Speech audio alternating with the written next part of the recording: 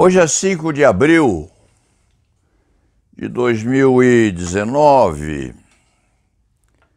é uma sexta-feira, Casual Day. O cronista se livra da gravata, aperta o pescoço e deixa até uma marca aqui em razão das obrigações forenses. E não se esquece, entretanto, de dar uma olhada no jornal Estado de São Paulo e na Folha, a ver em que os dois órgãos de imprensa se coadunam. Ontem, o penalista Roberto Delmanto e este velho criminalista terminaram a última sessão de exame do anteprojeto Sérgio Moro, que se pretende seja aprovado a toque de caixa na Câmara e no Senado Federal. Uma colcha de retalhos, uma inflição venenosa no sistema penal que o Brasil tem. Nós nos dedicamos, Roberto Delmanto e este criminalista, a examinar ponto por ponto aquele anteprojeto com um só mérito: nós somos mais rápidos do que as comissões. E se porventura errarmos num ou noutro ponto, é bom que apontem os nossos erros, mas de qualquer forma, por necessidade emergencial, Roberto Delmanto e este criminalista decidiram chegar primeiro. E com isto, cumprimos uma obrigação que ainda temos com a democracia brasileira, certos ou errados. Não importa, nas nossas críticas, nós cumprimos as nossas atribuições. Essas reuniões que nós tivemos, hão de ser transformadas num DVD, com poucos exemplares, é certo, mas remetidos graciosamente à Câmara dos Deputados, ao Senado e a quem os quiser. A quem quiser esses DVDs, mesmo que para censura ou crítica, porque não podemos permitir que esse anteprojeto seja aprovado como se pretende fazer. Eis aí nossa atribuição e obrigação de caráter ético está cumprida, porque somos antigos do exercício da advocacia penal no Brasil e conhecemos o mote. Sabemos como as coisas funcionam e como devem funcionar. Somos como aquelas cozinheiras de forno e fogão que cozinham há muitos e muitos e muitos anos o mesmo alimento e que sabem, portanto, como funciona na matança do apetite de eventuais detratores do sistema penal brasileiro e do tratamento, no mínimo, humanitário a ser dado aos destinatários, que são, evidentemente, os condenados e os presos. Quanto ao mais, deixado este recado, vamos a um exame bem rápido, porque hoje é um casual day, bem rápido, dos dois jornais que este escriba agora iniciou para o exame de ambos. Antes era um só. A Folha estava entristecida, então fica mais alegre porque é posta em conjunto e às vezes em confronto com o seu parente numa informática antiga que nós temos neste país. No Estadão, quadrilha ataca bandos e 11 são mortos pela PM. Morreram 11, parece que mais 2 haviam fugido, eram 20 e poucos os atacantes. Um faleceu após libertar uma refém e o outro remanescente teria sido também morto pela polícia. A polícia precisou matar ou 11 ou 13, parece. 13 é número de azar e, por felicidade, nenhum dos policiais militares se feriu no tiroteio.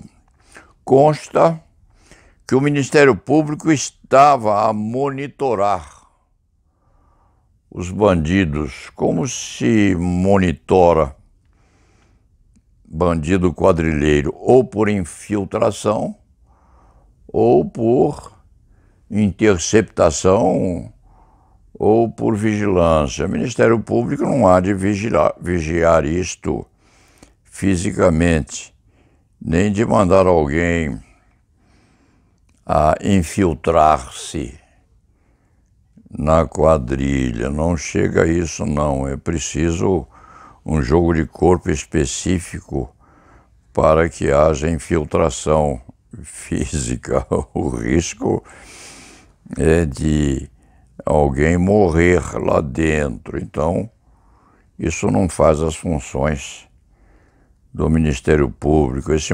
monitoramento, com certeza, foi feito por interceptações.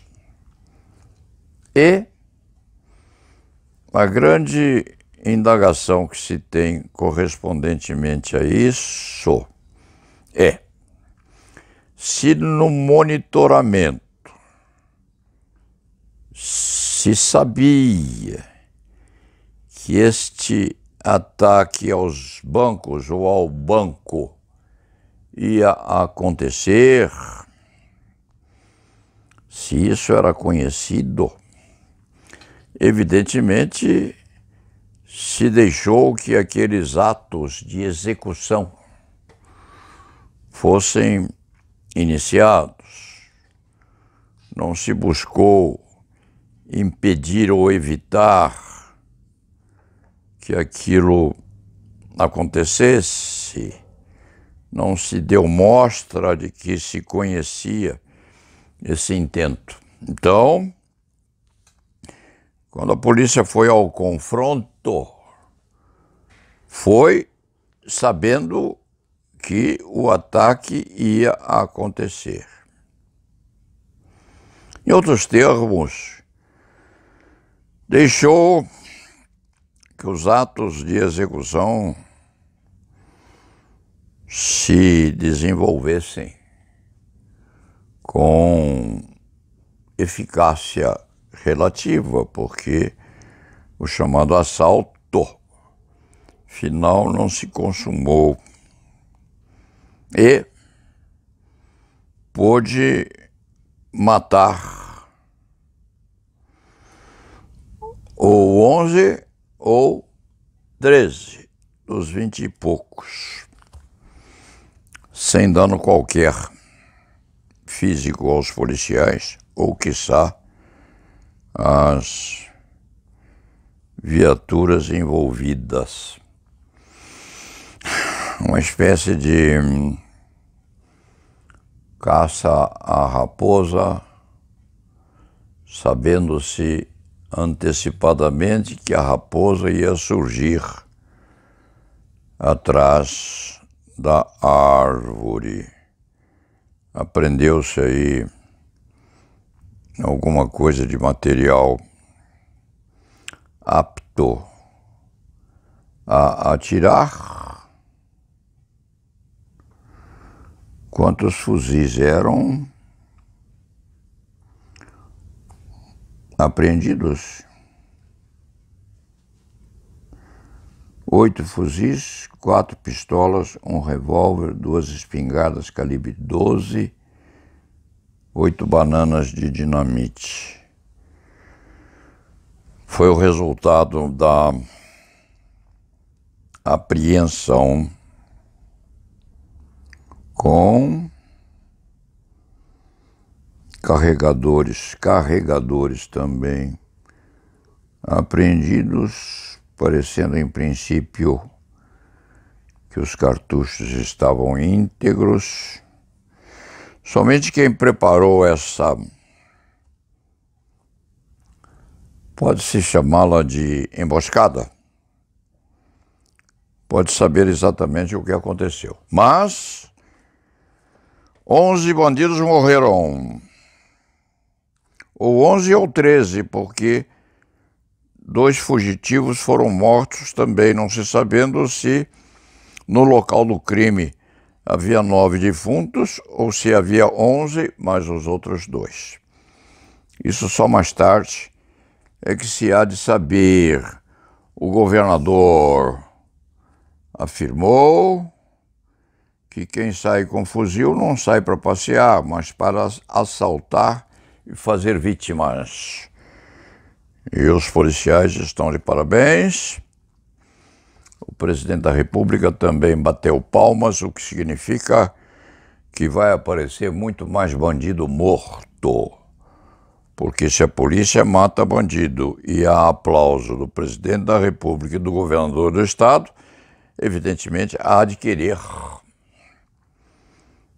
um resultado mais otimizado no futuro. Quadrilha ataca bancos e 11 são mortos pela PM. Ou 11 ou 13. Eles que se entendam, porque um defunto a mais sendo bandido, segundo consta, não faz diferença alguma na capacidade de aplauso que o governo pode dispensar a esse tipo de atividade. Além do constante, logo à entrada do jornal Estadão, existe a Folha A6, Estados Unidos da América terão controle de acesso em Alcântara. O Brasil assinou esse acordo. Essa base vai envolver áreas restritas. Acordo assinado precisa ser aprovado pelo Congresso Nacional. O Congresso é Câmara mais Senado. Nós vamos entregar a Trump o nosso bombom. E lá em Alcântara, depois de admitido esse acordo ou homologado, só americano entra e só americano sai.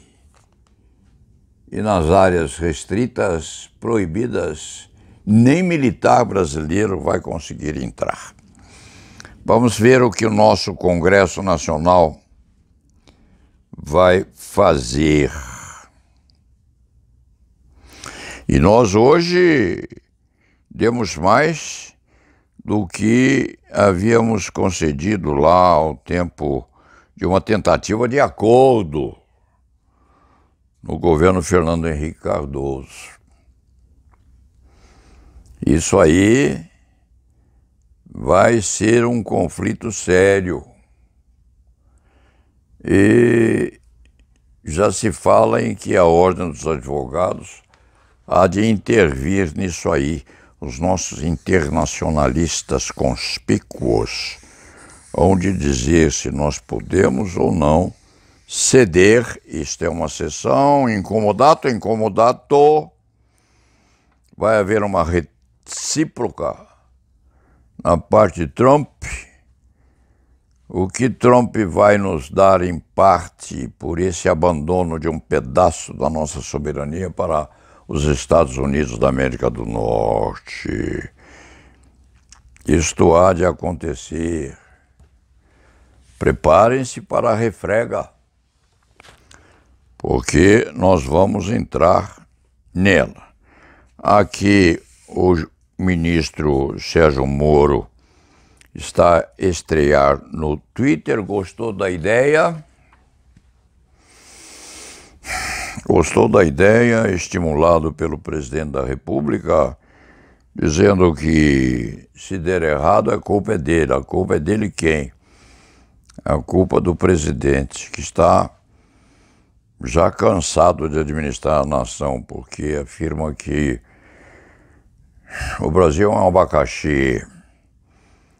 abacaxi degustado por milhões e milhões de brasileiros. Ele mal começou a saber o que há de acontecer. E o ministro está a aprender com ele, trabalhando no Twitter. Trabalhando no Twitter, vai acordar com aquela coisinha viciosa nas mãos. Fora isso, há um problema sério acontecendo no Ministério da Educação. INEP e gráfica que imprimia Enem e faliu são suspeitos de direcionar licitações. Isso está começando a cheirar mal no Ministério da Educação. Logo agora que o ministro acentuou que nós havemos de mudar, inclusive um pedaço da história do Brasil, conforme este site previu já há mais de mês, numa das crônicas feitas,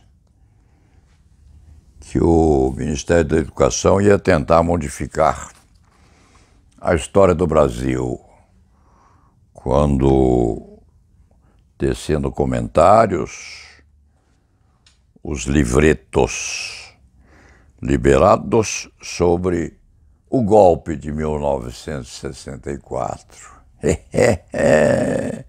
Milhares e milhares e milhares de cadernos e de livros escolares modificados pelo atual governo. É outra briga que nós vamos ter, e briga muito complicada. Imaginem se fizer constar nesses livros escolares que Hitler era comunista. Adolf Hitler era de extrema esquerda. Ensinando-se isso aos nossos meninos. Vai suceder. Isso está em Metrópole, no Estadão, na página 16, e deve constar da Folha também, logo a seguir, porque, tocante a isso, os dois jornais estão de acordo, sim. Deixe por este guerreirozinho, esse nosso Dom Quixote, ao lado direito, para podermos mencionar alguma coisa em que a Folha esteve de acordo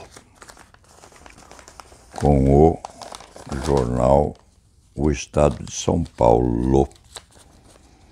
A Folha tem uma impressão diferente, é um pouco mais de trabalho para nós encontrarmos. Ministério Público no Tribunal de Contas da União quer apurar a crise no MEC. Essa crise no MEC, eminentíssimos representantes do Ministério Público Federal, essa crise é apenas a ponta do iceberg.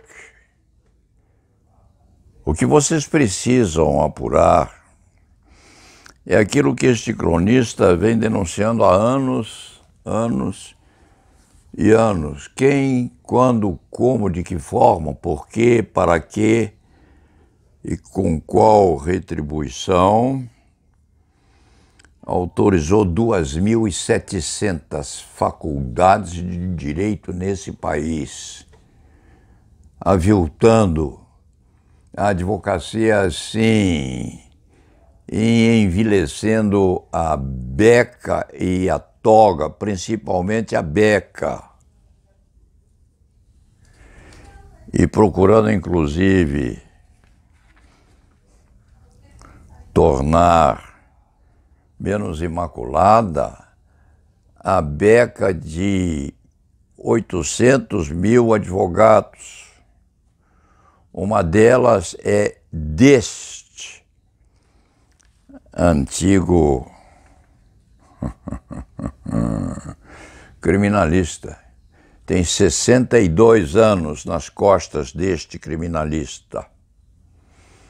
E faz 50 anos, no mínimo, que este criminalista briga praticamente sozinho para que se meta a mão nas gavetas do Ministério da Educação e Cultura, sabe-se lá qual é o nome correto, a ver quais, quantos, quem no Ministério meteu a mão nessa cumbica, que deu muito dinheiro, sim, a saber quanto custou no MEC cada autorização para a implantação de outro curso jurídico no país. Então, o Ministério Público Federal precisa, sim, saber o que aconteceu no MEC em relação a essa empresa dita falida que imprimia